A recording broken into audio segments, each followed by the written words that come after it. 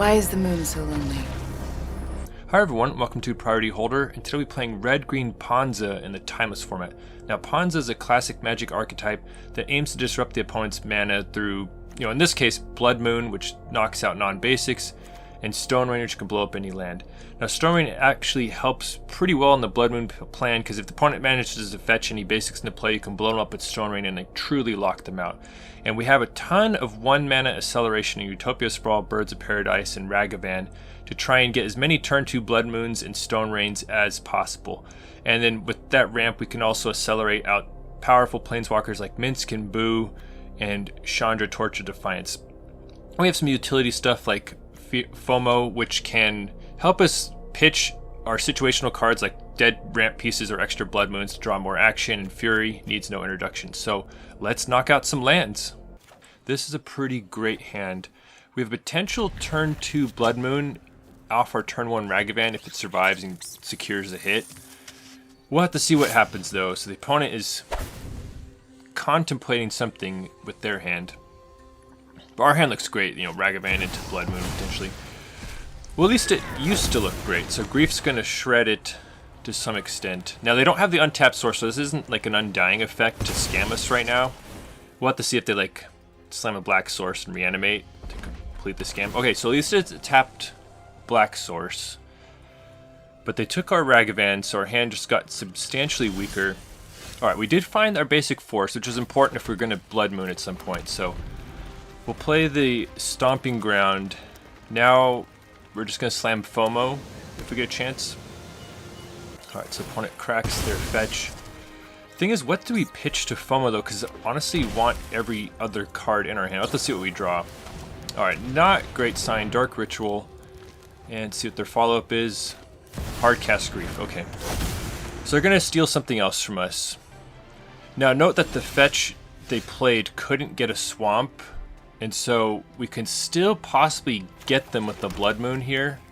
Unless they already have a swamp in hand. They're not concerned about it, so alright, so they had a black fetch, so not scared of the Blood Moon, but that's why we play Stone Rain also to clean up those pesky basics on the opponent's side. So they're gonna Mishra's Bauble themselves and try and scam us right here with Grief.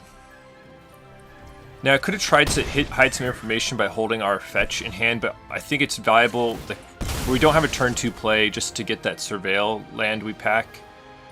And, or actually 2 Surveil lands. Get some selection right here. Fury, definitely gonna keep that on top. That's gonna be obviously good in this matchup at some point, even if we like pitch cast it. Alright, so the opponent gets their Bauble card. And we're just gonna slam Blood Moon and just try and like prevent them from, really leveraging the stuff in their hand, though they've already like mostly used their stuff. So, alright, so they grab their basic. We're hoping to clean that up with our Stone Rain soon, though ideally we'd be slamming Chandra next turn. Alright, so they have a full Delirium Dragon's Rage Channeler. Now the combined toughness of their 2 creatures right now is 5, which escapes our Fury, so it seems like we want to hold Fury, especially because now that we draw land number 5, we can hard cast it next turn. So it seems wise right now to slam Chandra and just take down Dragon's Rage Channeler, leaving the lower toughness creature and like the less scary one, because the Surveils off Channeler can be pretty powerful. So Chandra's going to bite the dust, but we're perfectly happy with that, and we'll see if they play something else that we could just eat up with Grief. Underworld Breach. Okay, so this doesn't seem like a breach they can really go off with. This is just like a value one. And they just basically replayed a Channeler, which fortunately for us undid their Delirium, so now we can cut them both down with Fury in just a massive blowout. So the opponent was just trying to keep the pressure up before we can get our engines going, like with just that Underworld Breach, but it worked out real bad for them. Okay, so they did reanimate their Dragon's Rage Channeler, but we are not particularly scared. So we could like go Stone Rain plus Utopia Sprawl and try and lock them out of black, but I mean we have Minsc and Boo. It seems like we can probably just kill them So at this point, we're going to plus and just start powering up our hamster and just crash it. Like, the opponent's not going to be able to take much more of this. Like, they're basically dead next turn. And yeah, they're just going to pack it in. So we're on to the next game already. No Blood Moons or Stone Rains, but we do have the turn 1 Ragavan and double FOMO. Honestly, like a pretty strong hand. So the opponent has Gigantha Companion. And so keeping like a Fury hand with like plenty of pitch cards is like really strong. Alright, so they're going to fetch, and let's see what they lead with. Ocelot Pride. Okay. Utopia Sprawl. That's actually pretty awesome. So this may seem a little aggro, but we can't attack with our Ragavan because they have a first striker. And Ocelot Pride, like let's say they go Guide of Souls next turn and get multiple cats, like it just gets nasty real quick. So I respect it enough to kill it right here. Also, it unlocks the Ragavan attack, which is pretty valuable to me. Now, it seems wise right here to grab our basic forest. And we note in this deck, all of our fetches can grab basic forest. That is by design, to make sure we can protect ourselves from our own Blood Moons. Just gonna pitch the Utopia Sprawl. Like, I figure like either Ragavan will get a hit in or find another land.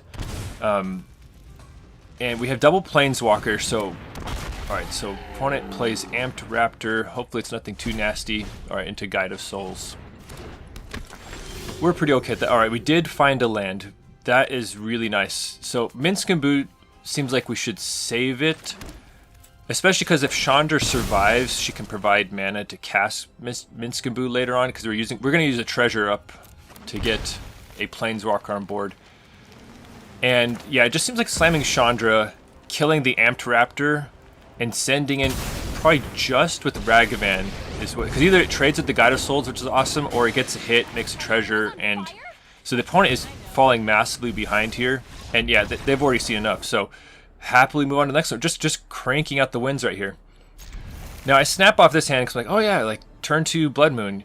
So the safest thing is to fetch a basic forest and Utopia Sprawl it.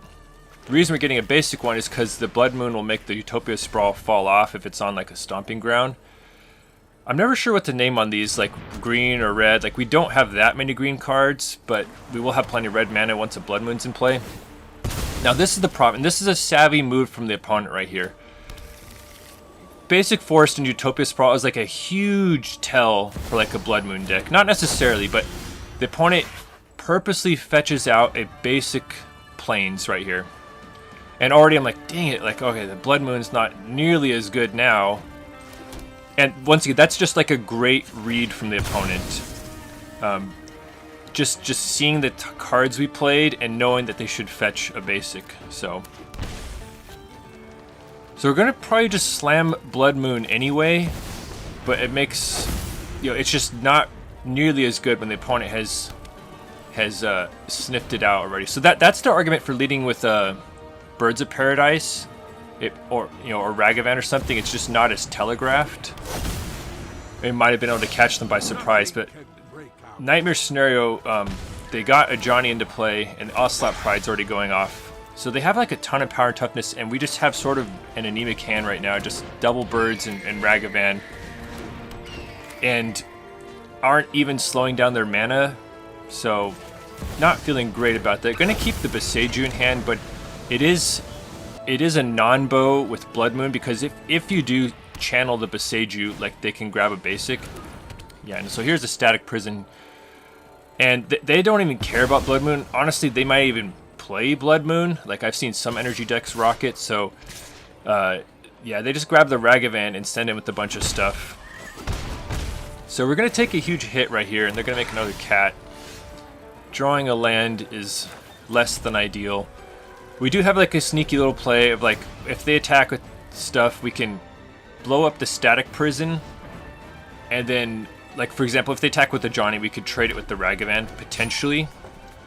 But once again, like Boseiju is going to allow them to get a basic, so like, it's going to ramp them and get them out from under Blood Moon, so It's not a good situation. So this is an example of how the games can go poorly. Like if you draw way too heavily on your mana creatures, and like we don't have any Furies, we don't have Chandra. Like if you don't draw enough of your action, this is how the game can look. Now I'm running 24 lands in this deck. Yeah, Ragavan's gonna eat that, so we just move on. That game's over. Some of them are MDFCs, but I wonder if I should go down to 22, considering all the mana dorks plus Ragavans we have. Like, but it is real nice to get the Chandras and Minsc on time. So anyway, it's hard to say, but at the very least, I think you could go up like possibly 2 more MDFCs. The main problem is having the critical density of green fetches to get your basic forests online. So like, there's a little bit of tension trying to figure that out. We are facing a Lurrus deck on the other side. All right, passing. So we could get the turn to Blood Moon here if the Ragavan is not dealt with, which looks like it might get through. All right, so by some miracle it gets a hit in, so we can turn to Blood Moon here, but the opponent can, get one of their basics at least with their fetch. So going to attempt to do it because it may be like a 3-color Lurrus deck. You never know. So we might be able to stifle their development somewhat. And we have Stone Rain for the cleanup. That's the important thing in this hand that the other hand lacked last game. So let's see what the opponent gets. And they don't even grab a basic. They get a blue-black land cycle sensor. And so I was shocked to see that like they didn't grab like a basic island. So alright, so they're passing with just red and black mana, and now this is like the juiciest Stone Rain ever. Like they didn't grab the basic island, and maybe they felt confident, like, oh, I got my basic swamp locked up. I have no idea, but we're just gonna Stone Rain their swamp and see what happens. And if you enjoy seeing Stone Rain in 2025, please Thornscape Apprentice the like button. The opponent is thinking about their life choices right now. I mean, if they have like a Bowmaster's, yeah. That was it. So that's part of the fun of this game is this deck is if people are not prepared for it, you can totally blindside them. Like this deck can really put out the turn 2 Blood Moons quite often. So that's part of its strength. All right, so Triome on the other side of the battlefield. We drew one of our Surveil, so we're just gonna play it. Gonna bend the other Surveil. It needs some action at this point. Got plenty. Yeah, Plane of Lands needs some action. What do we pitch with FOMO on turn 2 is a question. All right, up the beanstalk. All right, so opponent is on some sort of multicolor pile. And yeah, if you're interested in up the beanstalk decks, I'll link one right here that I've played before. Got a few other ideas I'm cooking up still with up the beanstalk as well. So going to fetch and see what we can do. Going to play the FOMO. I think it's safe to pitch a land here. Like, we already got enough for Minsc, and there's a Chandra. So that'll help us hard cast the Fury, if we can plus Chandra, or potentially pitch cast it with like a Stone Rain or something. Alright. Flage is going to take down our FOMO. And we don't have a better turn 3 play. So we have another Minsc, so that could be a potential pitch cast for Fury. So I'm going to attempt to interrupt their domain because they might be running Leyline Binding. So I'm going to leave their 5-color Pain land and try and take them off domain somewhat. Kroxa. Alright, so they hit us with another one of the Theros Titans. Just going to pitch a spare Minsc and... Alright, so the question is, do we Chandra or do we Minsc them? I decided just to go Minsc because it's just a really tough threat for them to deal with. They have to both deal with the hamster, which keeps coming back, and Minsc. So, going to smash in with the hamster and just hold back the Chandra and Ragavan, which could both be played next turn. Alright, so they can start escaping Titans before too long, except we just drew a Blood Moon. So I'm going to lead with the Blood Moon just to draw out anything they might have right now. And, alright, they slam us at the good game. Let's see if it really is a good game. Alright, so we crash in with the hamster. You're going to slam a Ragavan. But, you know, if you're playing Domain, you just, by its very nature, you have to run a greedy mana base. So, alright, so they are playing Fury, of course, you know, with Up the Beanstalk. But our hamster's grown far too large now, so they can kill the, yeah, they're just compacting it. We have multiple ways to kill them right there. So, you end up having some pretty quick games with this deck. If you catch people off guard like that, you can end it pretty quickly. So another Lurrus deck. Going to Utopia Sprawl. Once again, this is like extremely telegraphed for like experienced players. Like they know this is either like a green ramp strategy or like they're getting gonna get got by Blood Moon. So part of the reason I named green with it is to conceal the fact that they might get Blood Mooned. I'm never quite sure whether they're named green or red with that. So opponent just has a fetch in play. So we're gonna do what this deck is designed to do and go for turn 2 Blood Moon. Gonna just grab the basic mountain, no sense in damaging ourselves at this point. So the opponent is now faced with a choice. Alright, so they're gonna crack their Polluted Delta and grab a Surveil Land. So just no respect for the Blood Moon across multiple Lurrus decks. And so I'm waiting here, I'm like, oh, they have some sort of free spell, and they hit us with Pact of Negation. I'm like, what the heck? And which would just kill them on their upkeep, except they stifle their trigger. So the opponent is cooking over there. I respect it. I love crazy ideas and wild decks. So I respect the hustle over there. Unfortunately for them, we just drew another Blood Moon. So I'm trying to think of like some combination of Utopia Sprawl or Ragavan and decide, you know what, let's just slam the moon and then we can play the Shatterskull plus Ragavan. So that's what I decided to do, because it'll become painless Shatterskull once we get Blood Moon into play. Do they have another Pact? No, they don't, and we're on to the next one. So appreciate what the opponent was doing, but we had a little too much mana-based punishment for them to deal with. What to put back? Birds is the most fragile of our ramp, and we can, you know, grab a basic forest and Utopia Sprawl. Once again, it doesn't have to be a basic, but in this deck with Blood Moons, it should ideally be on a basic so it doesn't fall off. Once again, never sure what to choose, but considering we have way more red sources, feels pretty safe choosing green most of the time. Alright, there's Ragavan from the opponent. Oh, not ideal. Like, if we could slam a FOMO right here just to have some semblance of defense, that'd be nice. And I'm hesitant to pitch cast Fury because then we literally have all lands in hand. Once again, that Surveil right there, keeping the land on top, was by design to give Ragavan a blank hit. We don't want them to feed them like a FOMO or something right now that they can profitably use. So kept the blank on top on purpose. All right, there's a Johnny. What a beautiful day, brother. So this is tough. So do we pitch cast Fury? Don't love that because we're one turn away from hard casting it. And the opponent has one treasure up. So if we try and nuke everything, they can flip a Johnny in response by like galvanic discharging the cat token, for example. So I'm going to play it safe here. You and I are gonna take them out. So I'm not sure I did this. So I went ahead and plussed because once again, just trying to lure them into like getting got by like a hard cast Fury. I think I should have just minused and killed the Ragavan.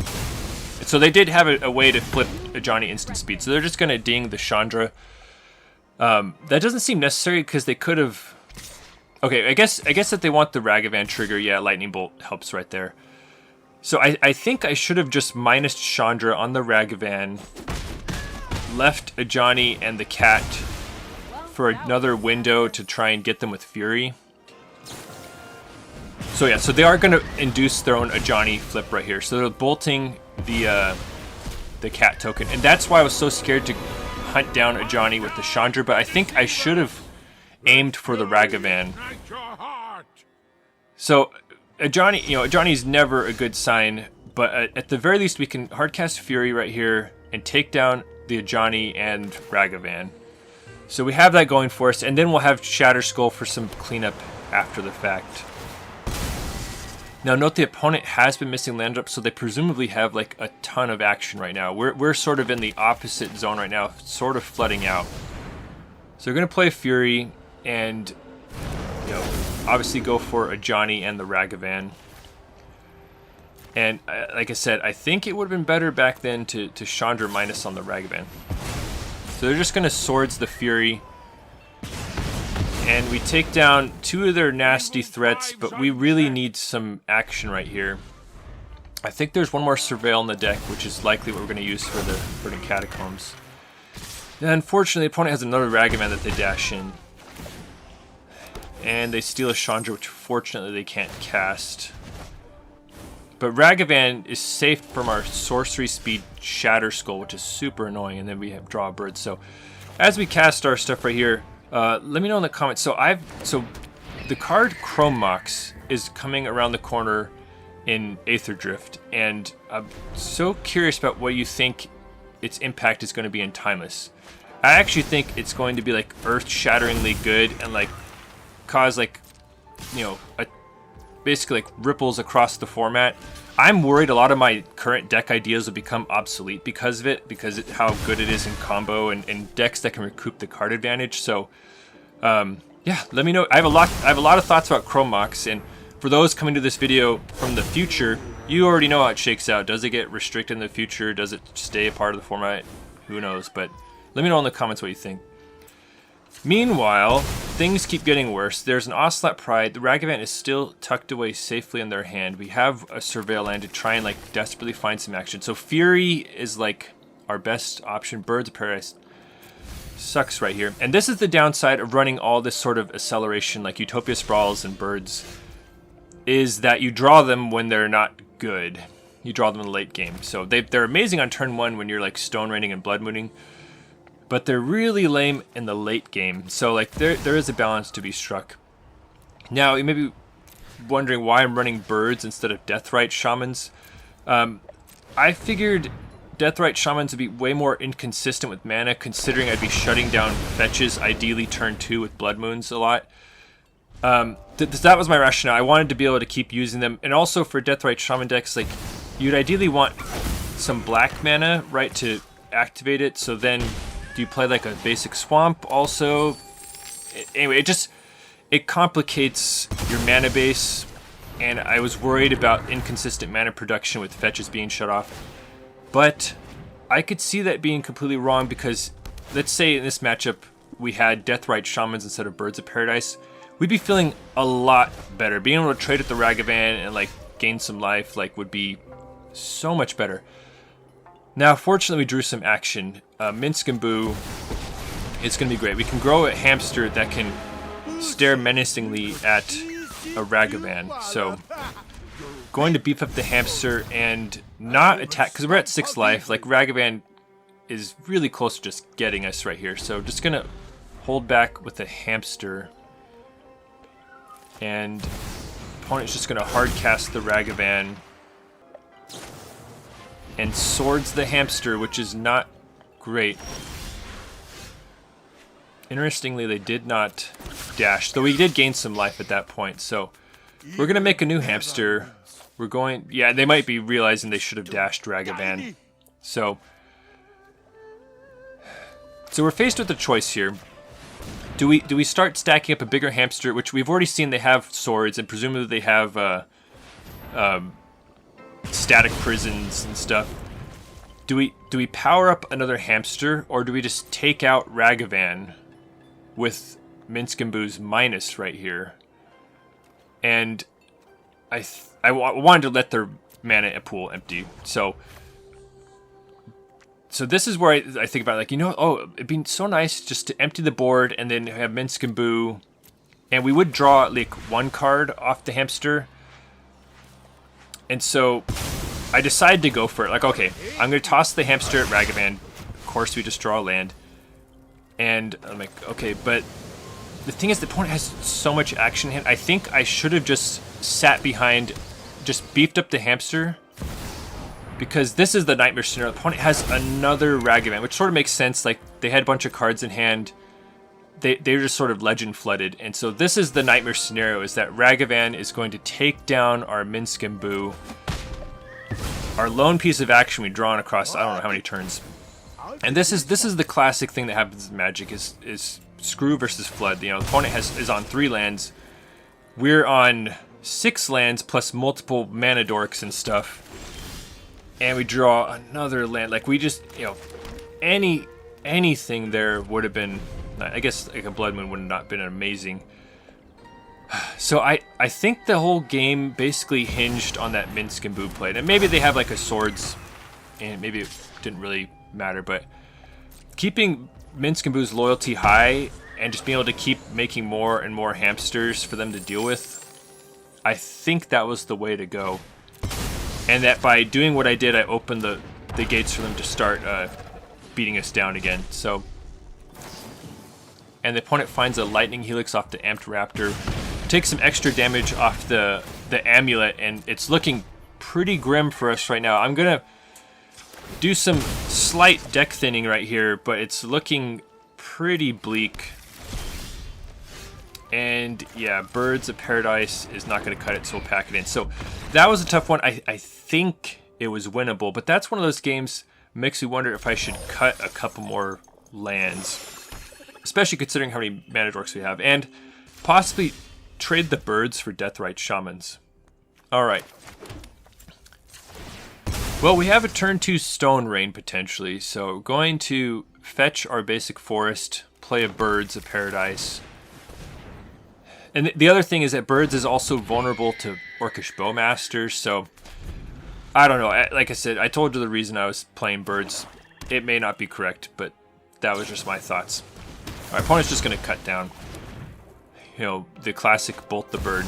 Alright, so the opponent's going to grief us also. So, are they going to take Bonecrusher to protect their grief?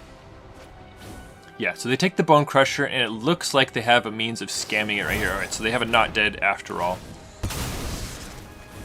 And they're going to steal something else.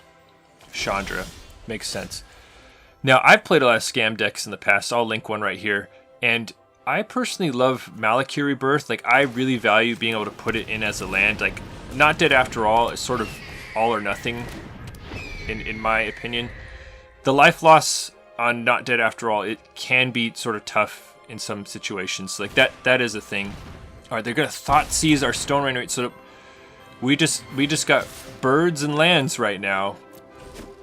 Now, this is the problem that scam decks face sometimes. Like, they'll shred your hand, but can they actually close the game quick enough? So we'll see if this grief can get there. I mean, we're doing absolutely nothing right now, and binning a fetch out of desperation. I'm just holding on to the birds right now. Like, a double block is pretty catastrophic because they both die, and like we could potentially use the mana on something. So just gonna take some grief hits right here, but once again need some action. Opponent's gonna Dark Ritual, play One Ring. Now, it could be, so I'm not playing One Ring in this deck, opting for like Planeswalkers, but honestly, maybe should be playing One Ring in this deck. It could be a way to just sort of power through all the extra like lands and mana dorks you have, and like discard them to FOMOs and just be able to find more action. So the One Ring is just that good. It may just be a straight up mistake not playing it in this deck. So they're gonna no value Thought Seize is at least a small moral victory for us. Crashing with grief. We technically have a clock on them now with the One Ring dinging them, but we're gonna need something. So I think we have another Surveil in the deck. Yeah, so one more Surveil land. Needs some action. There's Fury. Pretty happy about that. So that's going to nuke the grief. We will take 1 damage off the Wicked Roll falling off. So like we're not exactly at an amazing life total right here. So opponent falls to 13 off their One Ring. They have plenty of mana, and they're about to draw 3 more cards. Let's see what they find. March of Wretched Sorrow is pretty unfortunate. It's going to gain them life and take down our, like, you know, kill condition right there. But it can get worse, it turns out. They reanimate our Fury and cut down our birds. So basically we need to rip another Fury or like a Chandra right here. FOMO is gonna at least draw us a card. That's the power of FOMO, like when you're empty-handed. Oh, and there's the Chandra. So we're just... Oh, if we had one more mana, that would have been so good to play FOMO and kill the Fury. And this is looking pretty grim. So the Grief is going to take our beloved Chandra, which would have maybe helped us get back into this game.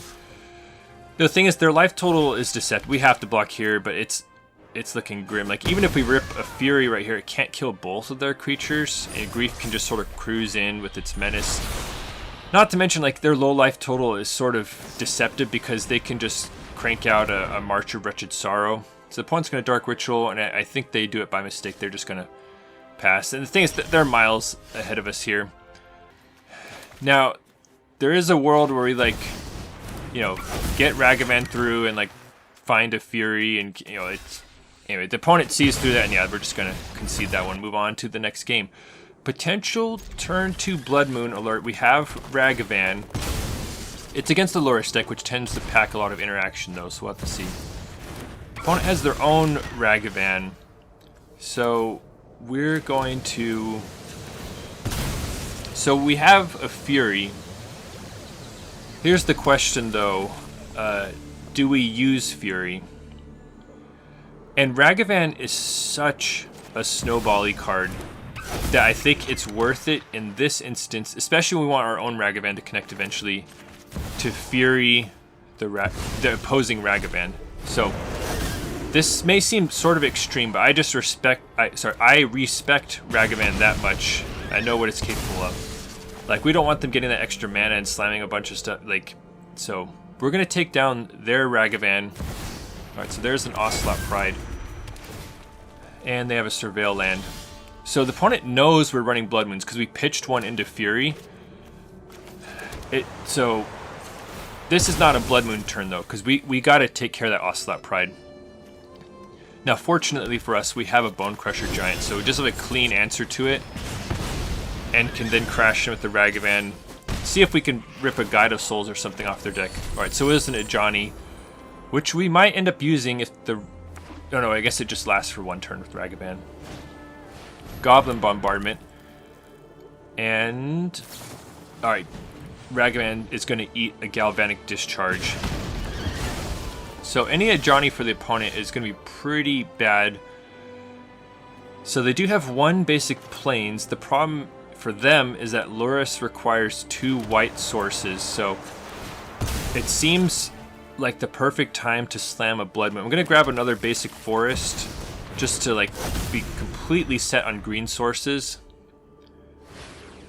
Alright, so they just opt to put Lurrus into hand, which big sign of weakness, right? I don't even know what's going on in their hand that is the best play. But yeah, we're gonna slam Bonecrusher Giant and see if we can start putting the pressure on them. Alright, they pass to us. We have FOMO right, and the opponent just packs it in. Well, that was super fun. Always good clean match to be blowing up your opponent's lands, and you should know by now that I love that kind of stuff. Prison decks, land destruction, I'm all about it. There's a lot to like about this deck. I was really impressed with FOMO. Like, it just really helps sift through your hands and make things work, and is like a decent threat in its own right. Especially you get Delirium and a Fury out, like that just instantly ends the game. I think you probably do want to cut a couple lands in this deck. Like, it just seemed like we were flooding out quite often. Like, without Fable the Mirrorbreaker to also help smooth, like, you really noticed, like, when you drew, like, tons of Utopia Sprawls or Birds. Birds, that's a big question. I think it may be better just to run Deathrite Shaman. I explained in the video why I ran Birds in the first place, but I think you get enough fetches going on to feed the Deathrite Shaman, and it's just worth it to get the extra value once it's in play, and like it's just a more meaningful piece as the game goes on. I think it's worth it to put one swamp in there. We already have the Verdant Catacombs, so like you may not be able to activate its black ability all that often. Maybe off Ragavan Treasure, you know, so like anyway, I think it is better to put that in there. Any red deck should be considering if it should run Dragon's Rage Chandler. With all the mana dorks and stuff we have, it doesn't seem like quite the right build for it, but it's always something you should think about. Bolt I tend to like to run stuff like Bonecrusher Giant. We already have Fury and Chandra, so don't like it that much in this style of deck. Clothies is a possible closer / way to generate mana, and just anyway, it's something to consider as sort of your middle top end thing.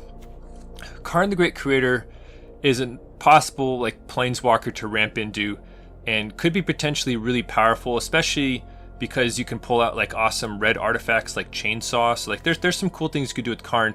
What I like about Minsc and Chandra though is that they can both pitch to Fury, which is like exceptionally relevant, whereas Karn can't do that. So there's a little bit of tension there, but I could see Karn being like a really good sort of top end in this deck.